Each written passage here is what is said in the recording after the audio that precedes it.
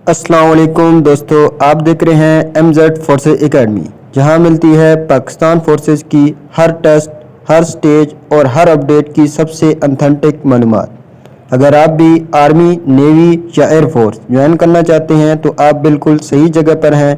तो चलिए शुरू करते हैं आज की ज़बरदस्त वीडियो बिना किसी देरी के। आज की इस वीडियो में मैं आप लोगों के साथ केमिस्ट्री के मोस्ट इंपॉर्टेंट MCQs शेयर करूंगा। ये वीडियो का पार्ट 1 है। इसमें मैं आप लोगों के साथ 20 MCQs शेयर करूंगा जो कि बहुत इंपॉर्टेंट हैं। तो चलते हैं, शुरू करते हैं। फर्स्ट क्वेश्चन है हमारे पास, sulphuric acid was discovered by. Sulphuric acid को किसने डिस्कवर किया था? Antonio Lavoisier, Jabir bin Hayyan, Robert Boyle, Isaac Newton. तो इसका करेक्ट आंसर है जाबिर बिन हयान। अगले क्वेश्चन की तरफ चलेंगे। सेकंड क्वेश्चन है, the information obtained from observation is called a. Hypothesis, data, theory या इन्फ्रेंस। तो इसका करेक्ट आंसर है डेटा। अगर डेटा का ऑप्शन ना हो, फैक्ट का ऑप्शन हो, तो आप लोगों ने फैक्ट पर टिक कर देना है, FACT फैक्ट।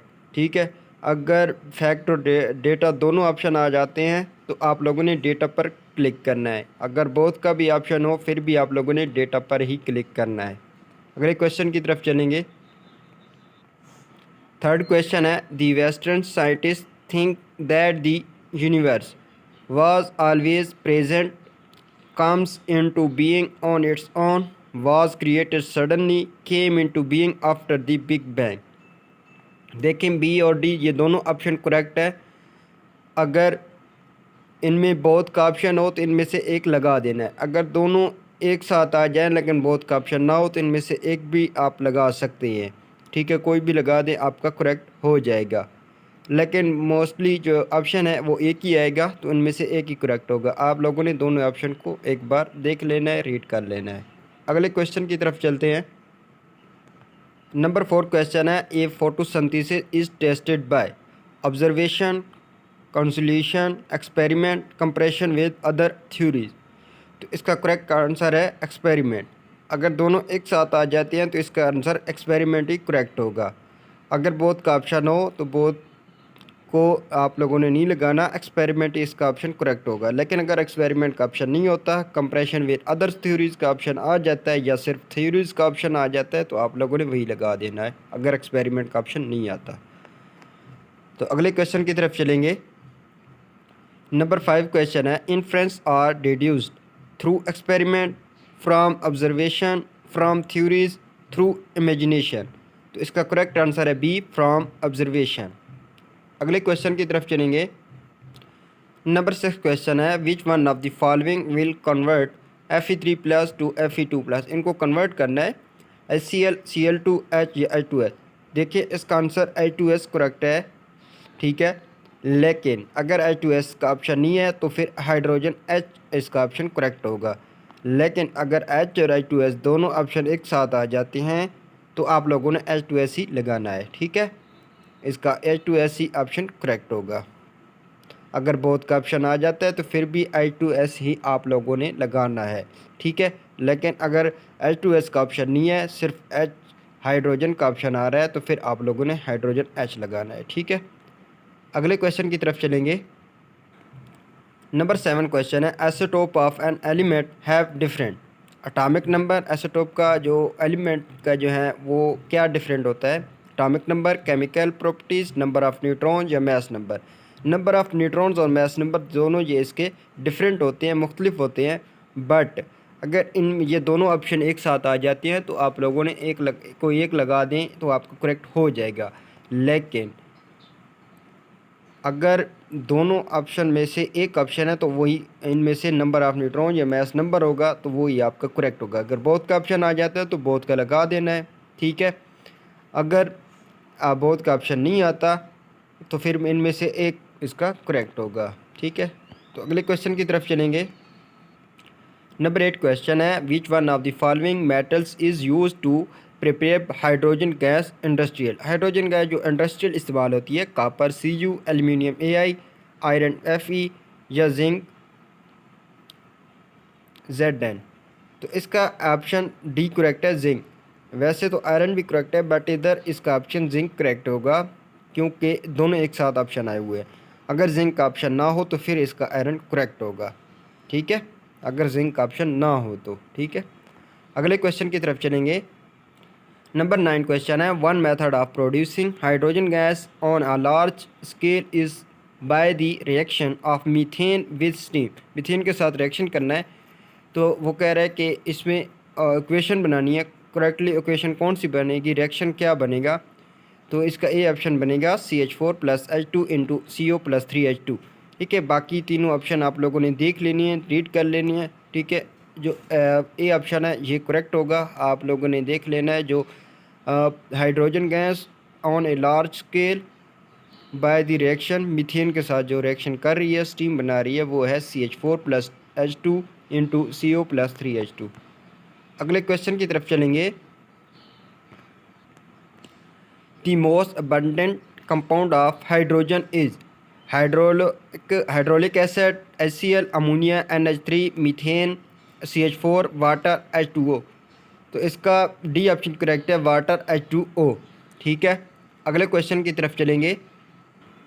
11 क्वेश्चन है हमारे पास। Oxidation state of hydrogen in NaH is +1, 0, -1, +2। तो इसका -1 इसका करेक्ट आंसर है, ठीक है। अगले क्वेश्चन की तरफ चलेंगे। 12 क्वेश्चन है, the production of vegetable ghee from oil in an example of. Vegetable ghee और ऑयल किसकी एग्जांपल है, ऑक्सीडेशन, हाइड्रोलिसिस, हाइड्रोजनेशन या डिहाइड्रेशन। तो इसका करेक्ट आंसर है हमारे पास सी, हाइड्रोजनेशन। अगले क्वेश्चन की तरफ चलेंगे।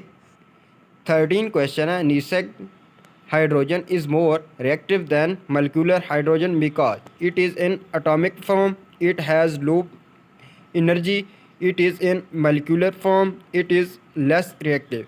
तो इसका ए ऑप्शन करेक्ट है, it is in atomic form. अगले क्वेश्चन की तरफ चलेंगे।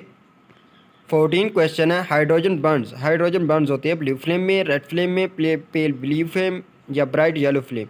देखें इसका ऑप्शन सी करेक्ट है, बट अगर पेल का ऑप्शन ना हो, ब्लू फ्लेम का ऑप्शन आ रहा है, तो ब्लू फ्लेम आप लोगों ने टिक कर देना है, करेक्ट कर देना है।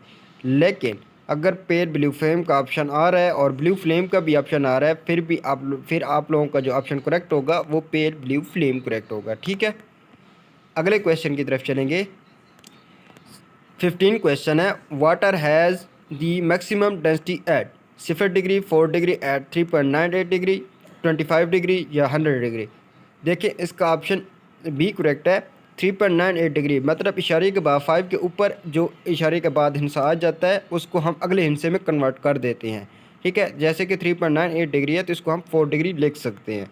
तो 3.98 डिग्री या 4 डिग्री इनमें से एक ऑप्शन होगा उधर, तो आप लोगों ने करेक्ट कर देना है। अगले क्वेश्चन की तरफ चलेंगे।